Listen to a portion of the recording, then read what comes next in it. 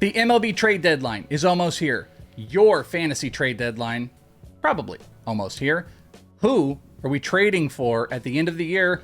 I might have some answers for you. Who am I? I'm Chris Welsh, and thank you guys for hanging out with us right here on FantasyPros MLB. You've been doing it all year. So friendos, what moves are you gonna make? I've got some options on the last video on FantasyPros MLB for trades, at least for the rest of the year. Thank you guys for hanging out with us.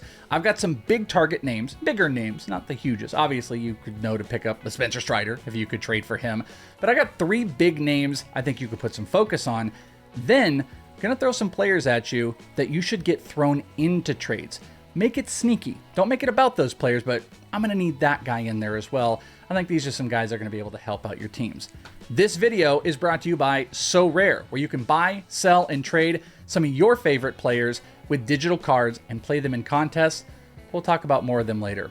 All right, let's start with a few of the big names. And first up on the docket is Marlins starting pitcher Jesus Luzardo. Since May, Luzardo has improved on his ERA every single month, all the way down to a 1.93 here in July. To pair with this, his K percentage has risen every single month, now up to over 33% in July. Luzardo, over his last 7 starts, hasn't given up more than 2 earned runs, and he's gone 6 in 6 of his last 7 starts. On the year, he's used his fastball more as the velo has ticked up. That's been a lot more effective for him, and he's added some spin as well. Luzardo's moved from a mid-tier SP range to that upper-tier SP range. And funny enough, he's kind of become the guy with Sandy Alcantara moving back down. The key with him is going to be how the teams are valuing him. He has been really valuable, but he's not seen in that upper tier. So if you're able to go out and get him in that mid-ish, moving up a little bit SP tier, what you're going to be acquiring still has a lot of headroom for return value. You don't want to pay for him at cost price. But either way, I do think with the walks lowering, the strikeouts going up, Luzardo has a chance to keep building on this through the rest of the year.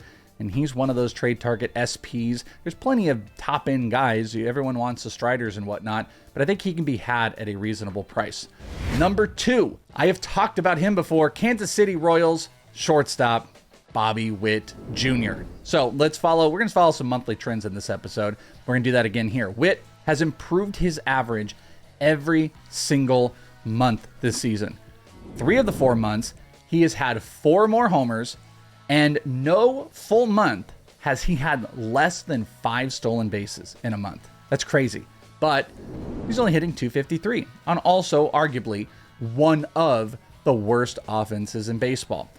But something that works in his favor, that expected batting average has been above the batting average all season long, and we've seen him grow in his average every single month. So that .253 has room to grow because it's sitting at a .285 expected batting average still. Also, he has an over 500 expected slug, which is top 10 percentile in the league.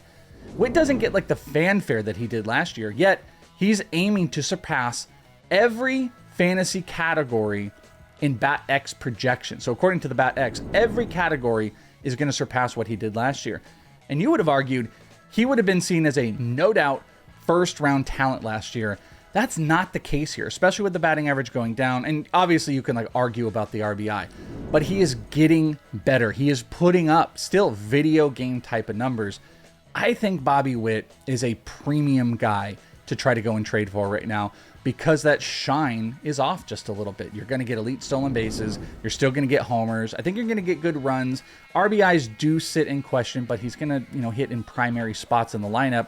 The key to acquiring Bobby Witt Jr. is going to be how those stolen bases are valued by the other owner, but I think he can be had at less than a first-round price due to that batting average and due to the Royals' offense. So I'm trying to go get Bobby Witt Jr. if I've got need in middle infield, if I've got stolen base need, and knowing I'm getting a lot more out of him as well. So we've talked about him before, talk about him again. He would be a focus for the rest of the year.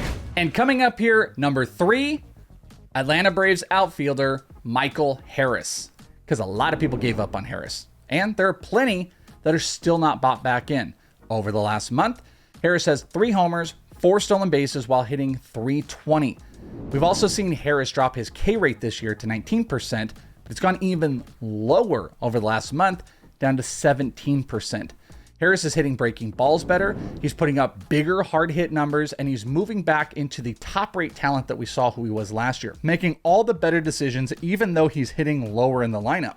There's always a possibility he could move up in the lineup, but hitting 8 or 7 in a Braves lineup is like hitting 3 or 4 in probably the other half of the league's lineups.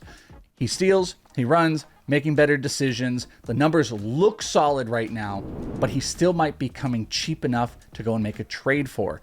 Outfield, especially 5 outfielder leagues, I would actually covet Michael Harris Jr. because of how I think I am able to acquire him. And also, stolen bases on the back half of the year. I showed you Bobby Witt Jr., showing you Michael Harris now. These are guys that are going to not only provide the stolen bases, but power. So Michael Harris Jr., one of the big dogs that I am looking for. This video is brought to you by SoRare. We're talking trading here, and SoRare lets you buy, sell, and trade digital cards of your favorite players. We could be looking at common cards or rare to like 100 or to 50 or even 101s. You can take these cards and you can put them in lineups to win real prizes. Check them out today at FantasyPros.com/collect. No matter where we are in the season, it's never too late with SoRare. Multiple contests every single week. Plus, you can join the Leading Off League at FantasyPros.com/leadingoffleague to play with tons of our listeners. Collecting has never been more fun than with SoRare, because SoRare, the next era is yours. Last up here, I got a couple quickie trades for you. Maybe not as much of a breakdown on some of these players. And these guys might not necessarily be players, they're definitely not, by the way, that you're going to center trades around. But here are 4 guys I might be looking at to have thrown in with some trades. And number 1 is Tariq Skubel with the Detroit Tigers. Since returning, Skubel has 4 starts. 1 start, he got annihilated in. But of the other 3 starts, he has not given up a run while striking out 5+ in 3 of the last 4. The last start coming off of the blow-up, Skubel struck out 9 in 5 innings and looked to be returning to an elite level, at least the elite level that he is. I'm a buyer on Tariq Skubel in Dynasty, and I'm going to buy him for the rest of the season. The second quickie is Minnesota Twins' Alex Kirilloff. Over the last 30 days, he's hitting .325. At least when I was doing this video, there's 1 game in between there. 4 homers and a .584 slug to go along with 19 RBI, which is 20th in the league over the last 30 days. Also being put in more of a primary spot in the lineup as some of those pieces are getting hurt. Alex Kirilloff has made the proper changes that you want for contact, and you're seeing the results in the homers and the RBI. He's at worst a really solid 3-category player, if not a 4-category. Stolen bases are just not the thing. I'm looking to get me some Alex Kirilloff. Number 3, there's absolutely no way I was going to end the year without talking about him, because I definitely was attached to him. It hasn't been a good run, but maybe it's going to get better. Looks like it might be for the rest of the year. Cardinals outfielder Lars. A lot of trade talk around the Cardinals. They might be moving another outfielder, but it ain't going to be Nootbaar. And Nootbaar will be a guy that benefits getting full-time play the rest of the year. So, over the last 30 days, Nootbaar has scored the 3rd most runs in baseball at 22. He's not driving guys in, but he's got 3 homers and 2 stolen bases. I am a buy-in that Nootbaar is going to find his rhythm on the back half of the year and not be in a position where there's going to be too many outfielders to take away from him. The RBIs are a little concerning. If you were hitting higher in the lineup, maybe that's going to help. Obviously, you don't want to see Arenado and Paul Goldschmidt go because that takes up more, but he's scoring a ton of runs. He's stealing a little bit more, and he's tapping back into that homer and power. He's an afterthought in so many people's minds. I would try to get him in those bigger outfielder leagues. And finally, speaking of outfielders, I'm looking at Boston Red Sox outfielder Duran. Over the last 30, he's hitting .400 with 3 homers and 5 stolen bases. Over that same 30, he's also cut his 25% season-long K percentage to only 15%. Also making solid contact, has a .274 expected batting average, which supports his current batting average, and the team is making moves. Enrique Hernandez, gone. We don't know if another piece or 2 is going to go, so what does that mean? Opportunities to hit higher in the lineup and opportunities just to stay out there. Duran has been pretty sneaky good all year. Stolen bases, powers, maybe even 5-tool the rest of the year. Duran, Lars Nootbaar, Alex Kirilloff, Tariq Skubel, they're very doable to be thrown in pieces in trades. And those, my friends, are the players that we are trading for the rest of the season. It's almost over. Kind of. It's almost over. This is crunch time, though. Trade deadline will also create some other really good opportunities for players that are going to get more playing time, maybe even some rookies that are going to move into some other spots, or players that are going to just have some open time. But right now, Luzardo, Witt, Harris, those are your big focuses. And if you're trying to piece some stuff together, I love getting like Skubel and Kirilloff specifically. Getting those guys thrown into trades makes me feel really good. I hope you have felt good as we have done these videos. I hope they've been helpful. You've enjoyed watching them. I haven't been too much of a burden to listen to. If that's the case, make sure you like this video. Make sure you subscribe to the channel. That is how we can continue to do more and more. And I would love to do more with you.